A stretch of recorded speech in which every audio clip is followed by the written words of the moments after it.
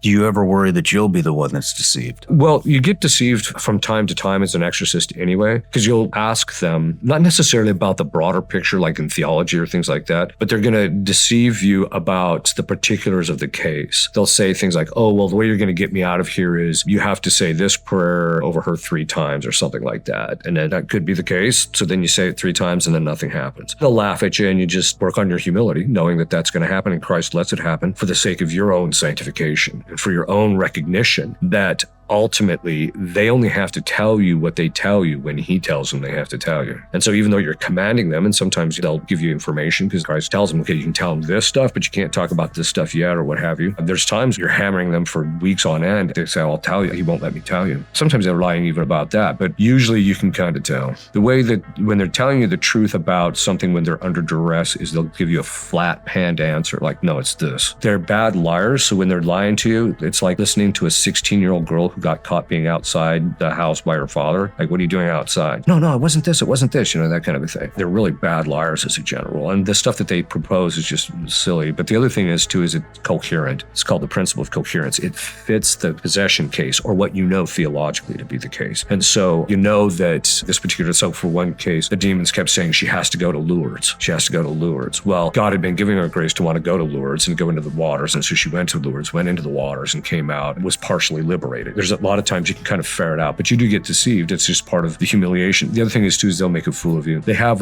from time to time because they know we're just not that bright compared to them. They know the structure and the dynamics of the spiritual realities that we're dealing with, which we don't necessarily know them. And so they know we don't know them. But that's why, as an exorcist, you have to stay in your lane. You have to stay. There's a set of principles and ways in which you proceed, and you just stay there, and eventually you'll get him out. Just don't go outside that, because they'll try and entice you outside those lanes.